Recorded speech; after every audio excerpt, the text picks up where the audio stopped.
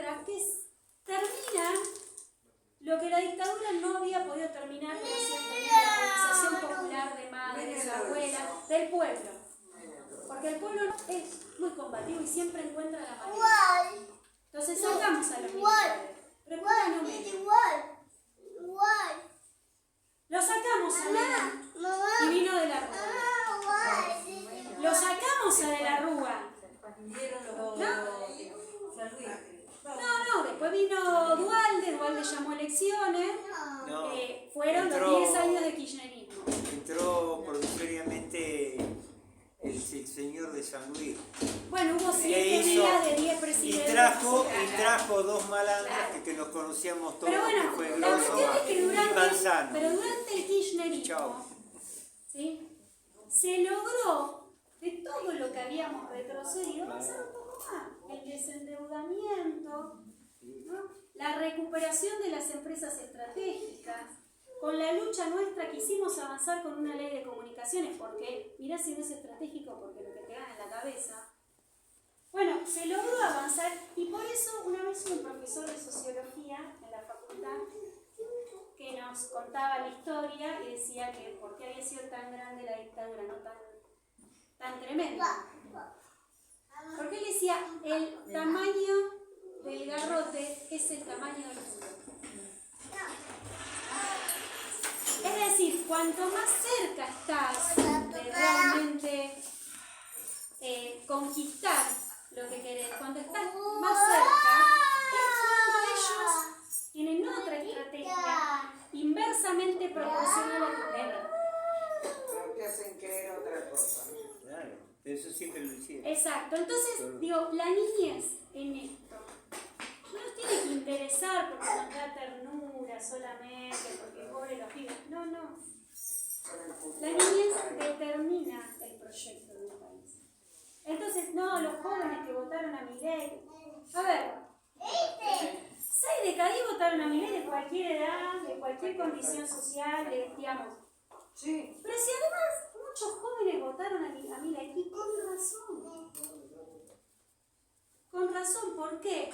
Porque Milei vino a capitalizar un enojo y una rebeldía que estaba vacante. Y la adolescencia es la edad de la rebeldía. Si nosotros no tenemos un proyecto para capitalizarlo, ellos lo tienen.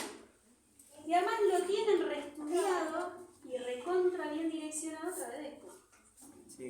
Entonces, Milei, hicimos una charla, ni bien ganó Milei en La Plata, le habían ido unas chicas de Nietes, ¿no? Y entonces, todos enojados, los grandes, los jóvenes. La piba dice, a ver, para nosotros Milei acaba de ganar, ¿eh? Para nosotros Milei yo lo conozco hace 10 años, era un meme. Nosotros no lo teníamos en el radar, ¿eh? Pero los pibes ya lo conocían. Entonces, se nos están escapando muchas cosas como adultos, porque estamos dejando a los pibes solos.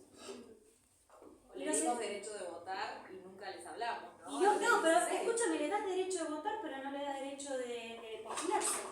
Medio raro. Los chicos no tienen memoria. Entonces, No tiene nada. no, pero ahí vuelvo con la memoria, es importante. Yo no estoy de acuerdo con esa frase.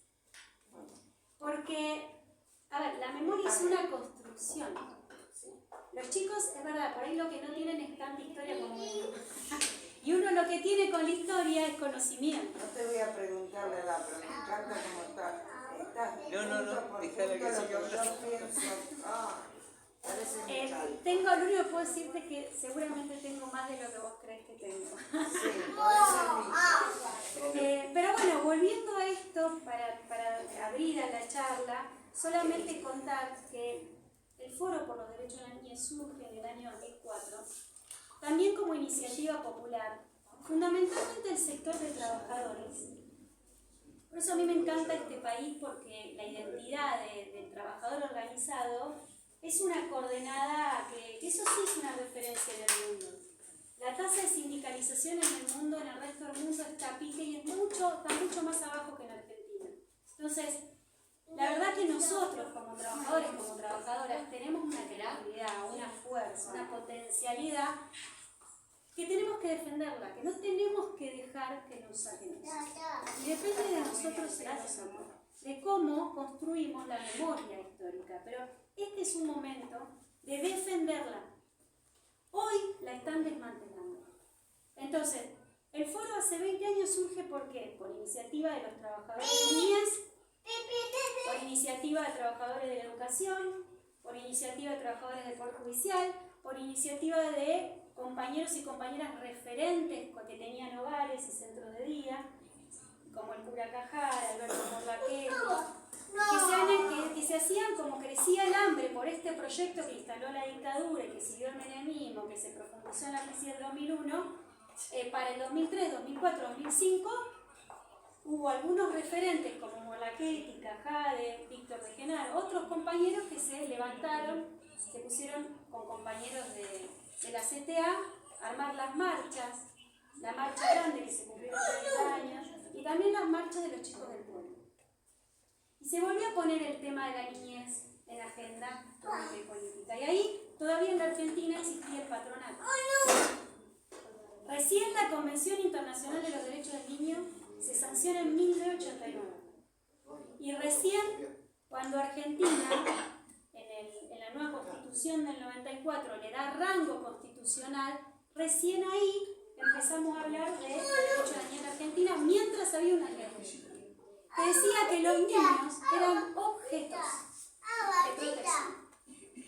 Los pibes no tenían derecho ni a opinar, ni a expresar, objetos de protección. ¿Qué hacía ese sistema, el sistema de patronato?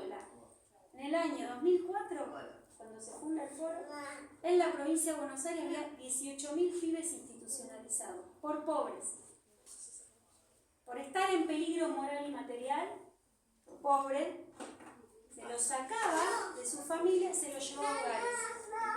Y se los separaba entre los hermanos, se los separaba de sus padres. Eso sucedía sistemáticamente. Recién en el año 2004, después de muchos intentos, cuando se funda el Foro por la Niñez en Provincia de Buenos Aires, se logró, con creatividad y con reuniones como esta, en encuentros como estos, empezar a pensar cómo hacemos. Porque uno dice, sí, pero esto es una cosa, hay que sacarlo. ¿Quién lo va a sacar? Nosotros.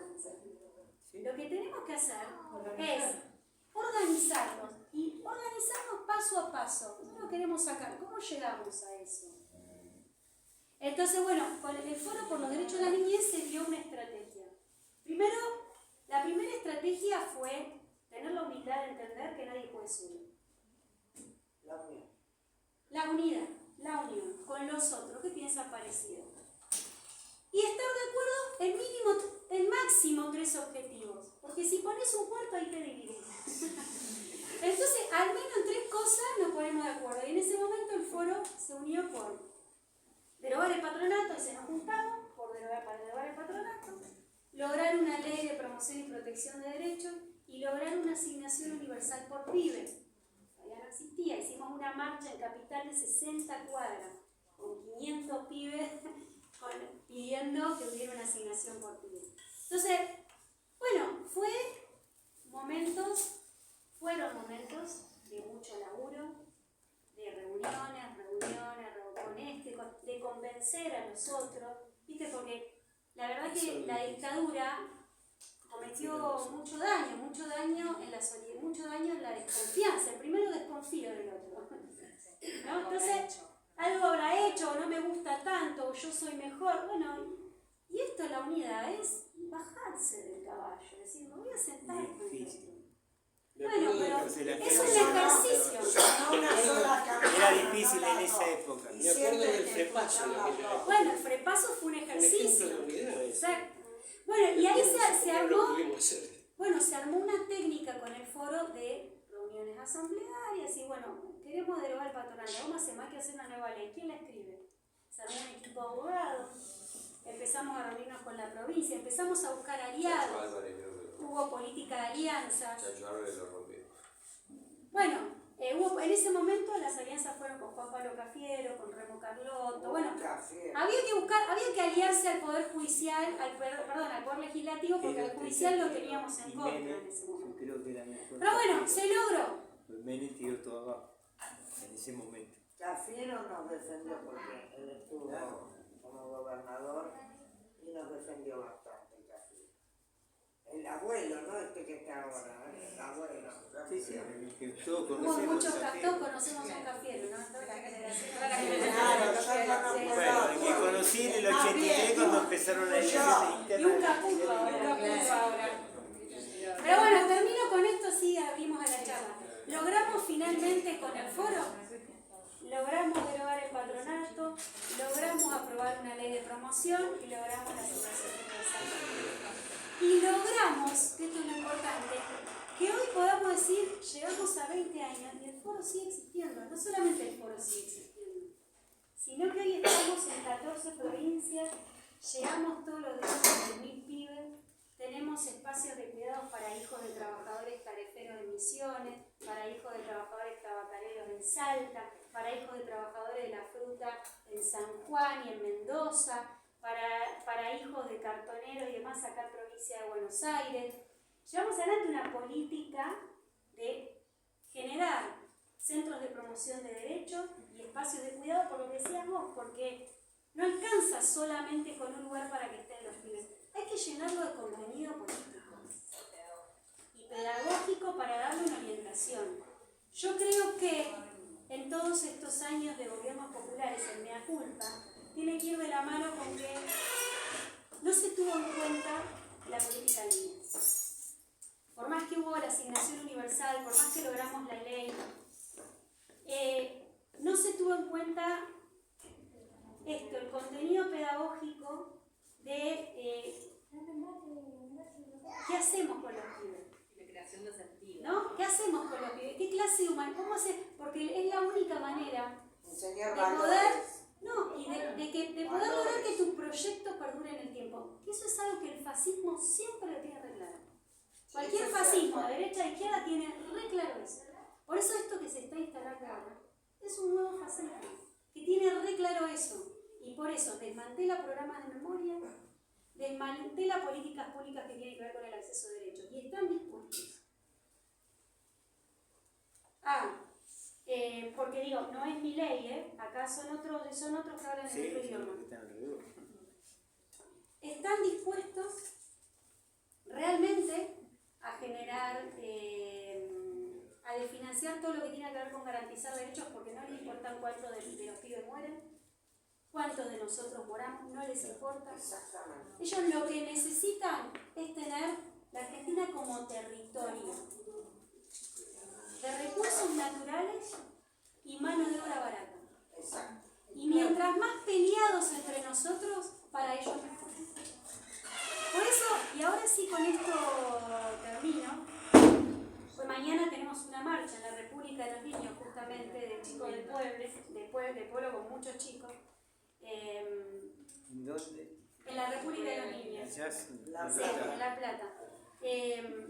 Por eso yo creo que hacer más encuentros como estos, el cara a cara, es la tarea que nos tenemos que dar. Es generar espacios de resistencia para tener plena conciencia del momento en el que estamos. Porque si no tenemos plena conciencia o lo interpretamos mal, le pifiamos.